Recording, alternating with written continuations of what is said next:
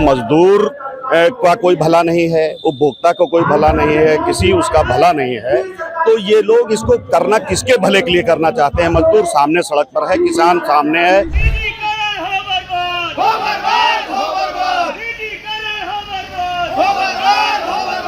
आगरा में पता लगाइएगा, एक एक किसान का 70-70 लाख रुपया बकाया है, जबकि कहा गया ट्यूबवेल का कि कोई पैसा नहीं पड़ेगा, बिजली का पैसा माफ किया जा रहा है, लेकिन उनका पैसा 70-70 लाख, किसी का 30-30 लाख रुपया बकाया है, जो टोरेंट आगरा में इस तरह के घोटाले कर रही है। बिजली विभाग को प्राइवेट किए जाने का विरोध कहीं ना कहीं अब लगातार मुखर होता जा रहा है। जहां इसको लेकर लगातार विद्युत कर्मचारी प्रदर्शन कर रहे थे, अब कहीं ना कहीं इस पूरे मामले को लेकर पंचायत बुलाई ली गई है। हम आपको तस्वीरों के माध्यम से दिखाना चाहेंगे। अगर आप जिधर भी देखेंगे तो यहाँ पर पूरे उत्तर प्रदेश से आए हुए तमाम ऐसे विद्युत कर्मचारी हैं जो यहाँ पर तख्तियां लेकर बैठे हैं और इन्होंने बड़ा विरोध किया है। यहाँ पर ये पूरी पंचायत बुलाई गई है।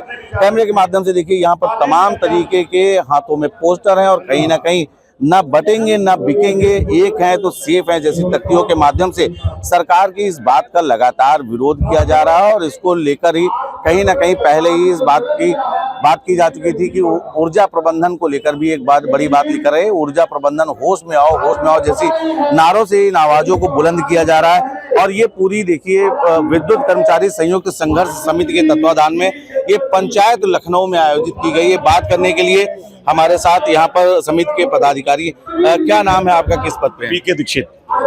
तो क्या जो लगातार मांगे चल रही थी विद्युत प्राइवेटाइजेशन को लेकर, क्या सरकार से आम सहमति नहीं बन पा रही है? देखिए, सरकार इसमें जब इसमें मजदूर का कोई भला नहीं है, उपभोक्ता को कोई भला नहीं है, किसी उसका भला नहीं है, तो ये लोग इसको करना किसके भले के लिए करना चाहते हैं? मजदूर सामने सड़क पर है, किसान सामने है, किसान का भी कोई भला नहीं है। आप आगरा में पता लगाइएगा, एक एक किसान का 70-70 लाख रुपया बकाया है, जबकि कहा गया ट्यूबवेल का कि कोई पैसा नहीं पड़ेगा, बिजली का पैसा माफ किया जा रहा है, लेकिन उनका पैसा 70-70 लाख, किसी का 30-30 लाख रुपया बकाया है, जो टोरेंट आगरा में इस तरह के घोटाले कर रही है। और किसान परेशान है। इसके लिए कई किसानों ने आत्महत्याएं भी की है।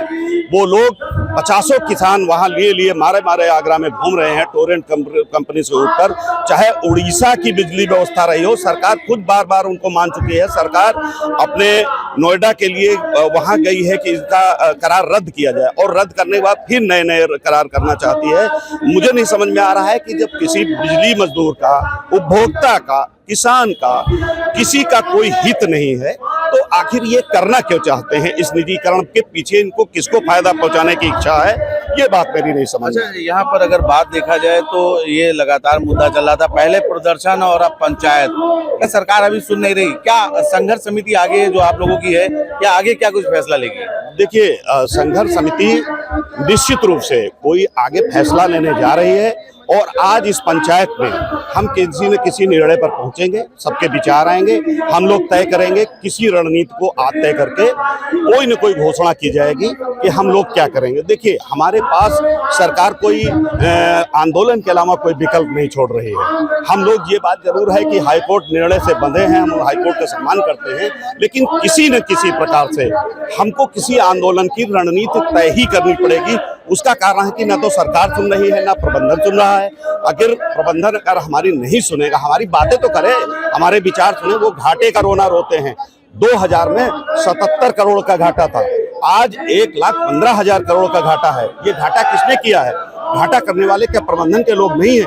वो इंजीनियर को चोर कहते हैं। अगर आप इस वीडियो को YouTube पर देख रहे हैं तो चैनल को सब्सक्राइब करें और बेल आइकन दबाना ना भूलें। अगर Facebook पर देख रहे हैं तो चैनल को लाइक करें।